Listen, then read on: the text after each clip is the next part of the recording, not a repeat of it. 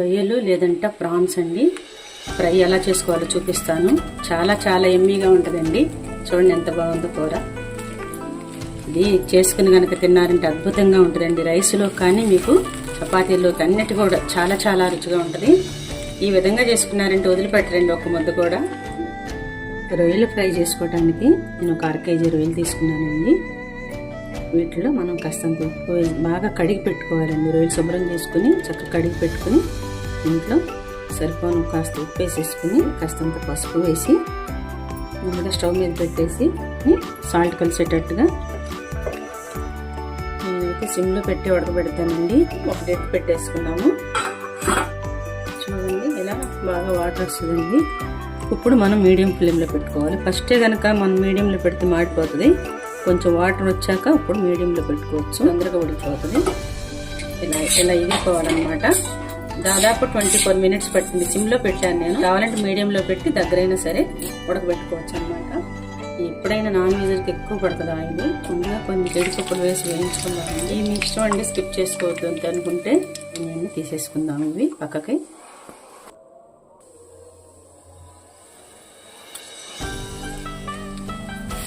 ఒక 4 ఉల్లిపాయలు తరగండి.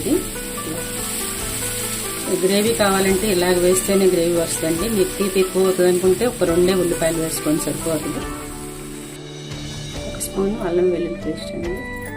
ఫస్ట్ ఆయిల్లో అయినా వేసేసుకోవచ్చు. సో ఉల్లిపాయతో పాటు వేగిపోతుంది. అలా కలర్ రానిద్దాము ఉల్లిపాయని. మనం రొయ్యల్లో ఉప్పు వేసామండి ఉడకబెట్టడానికి. ఇప్పుడు దీంట్లో కొంచెం ఒక 5 minutes వేయించుకోవాలండి. బాగా కొంచెం మెత్తగా వేసేసుకుందాము.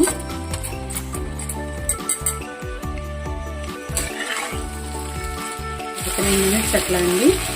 ఆయిల్ ఈ రొయ్యలు కూడా పట్టేటట్టుగా మనం వేయించుకోవాలి. మాడకుండా చూసుకోవాలి. నేను హైలోనే పెట్టాను.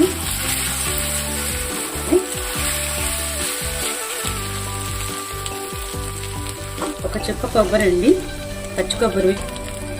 అసలు ఇది టేస్ట్ అద్భుతంగా ఉంటుందండి. కొబ్బరి వేస్తే ఈ కూరలో చాలా చాలా బాగుంటుందండి. కొబ్బరి మనకి కడుపుకి కూడా చల్లగా ఉంటుందండి. ఎప్పుడు కొబ్బరితో తిన్నా కూడా మనకి మసాలా ఇంగ్రీడియంట్స్ వీటన్నిటిని కూడా కొంచెం అదుపు చేస్తుంది కొబ్బరి మనకి కడుపులో. కొంచెం పడుతుంది. ఒక 2 అలా పట్టిందండి నాకు. ఎందుకంటే కొబ్బరి కూడా వేసాం కదా మనం. కొబ్బరి వేసిన తర్వాత హైలో పెట్టకూడదు. సిమ్లోనే పెట్టుకుని నెమ్మదిగా వేయించుకోవాలి. కొంచెం కొబ్బరి మగ్గేదాకా ఉంచితే నయము కూర, లేకపోతే పాడైపోద్దు. కొబ్బరి వేసిన తర్వాత కొబ్బరి కూడా బాగా వేగిపోవాలి ఇంట్లోనే. హైలో మాత్రం పెట్టకూడదండి, మాడిపోతుంది కొబ్బరి వేసాక. ఈ స్టేజ్లో కొంచెం కారం వేస్తున్నానండి. నేను అసలు పచ్చిమిరపకాయలు వేయలేదు. కొంచెం ఘాటు కారం అండి, ఎక్కువ వేయను నేను. సరిపోతుంది. కూడా కలిపేసుకుందాము. పుదీనా తరుగు, అలాగే కొత్తిమీర తరుగు కూడా వేసుకుందాము. చాలా చాలా టేస్టీగా ఉంటుందండి. మంచి సువాసన వస్తూ ఉంటుంది అనమాట. ఇది కూడా కొంచెం మగ్గనిద్దాము. అయిపోయిందండి కూర, అయిపోవచ్చేసింది. కొంచెం ఫాస్ట్గా చేసుకోవచ్చు దగ్గర నుండి, కానీ నెమ్మదిగా ఉడికితే చాలా బాగుంటుంది కూర. హడావుడిగా అయితే బాగుండదు. రుచి కూడా చాలా చాలా బాగుంది. అన్నీ సరిపోయింది, ఉప్పు కారం అన్నీ కూడా. కూర రెడీ అండి, అయిపోయింది. వేరే డిష్లోకి మార్చేసుకుందాము.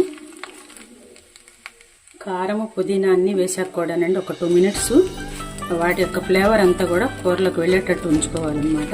3 minutes అన్నా సిమ్లోనే పెట్టుకోవాలి, హైలో కాకుండా. చాలా బాగుందండి. రుచి మాత్రం అద్భుతంగా ఉంది కూర.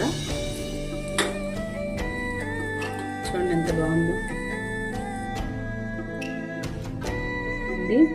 రిచ్ ఎసెన్షియల్ విటమిన్స్ ఎక్కువ ఉన్నాయండి. B12 ఉందండి.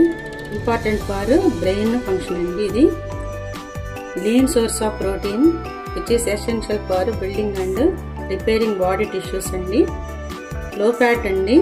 వెయిట్ మేనేజ్మెంట్కి చాలా బాగా ఉపయోగపడుతుంది అనమాట. ఈ ప్రాన్స్ రొయ్యల కూర చాలా చాలా మంచిదండి ఆరోగ్యానికి కూడా. జింక్, అయోడిన్ అండ్ సెలీనియం అండి which support the immune system. Thyroid function అండి. Prawns also contain phosphorus, magnesium and potassium. Omega three fatty acids కూడా అనమాట. చాలా చాలా మంచిదండి. హార్ట్కి బ్రెయిన్కి కూడా చాలా చాలా ఉపయోగపడతాయి అనమాట. అంత మంచి చేస్తాయి అనమాట. వచ్చినటువంటి జీడిపప్పు కూడా వేసుకున్నామండి. ఎన్నో మెడిసినల్ వాల్యూస్ ఉన్నటువంటి ఈ కర్రీని ఫ్రై కానీ కూరగా కానీ చేసుకుని అందరం తిందామండి. ఆరోగ్యంగా ఉందాము. థ్యాంక్ యూ సో మచ్ అండి.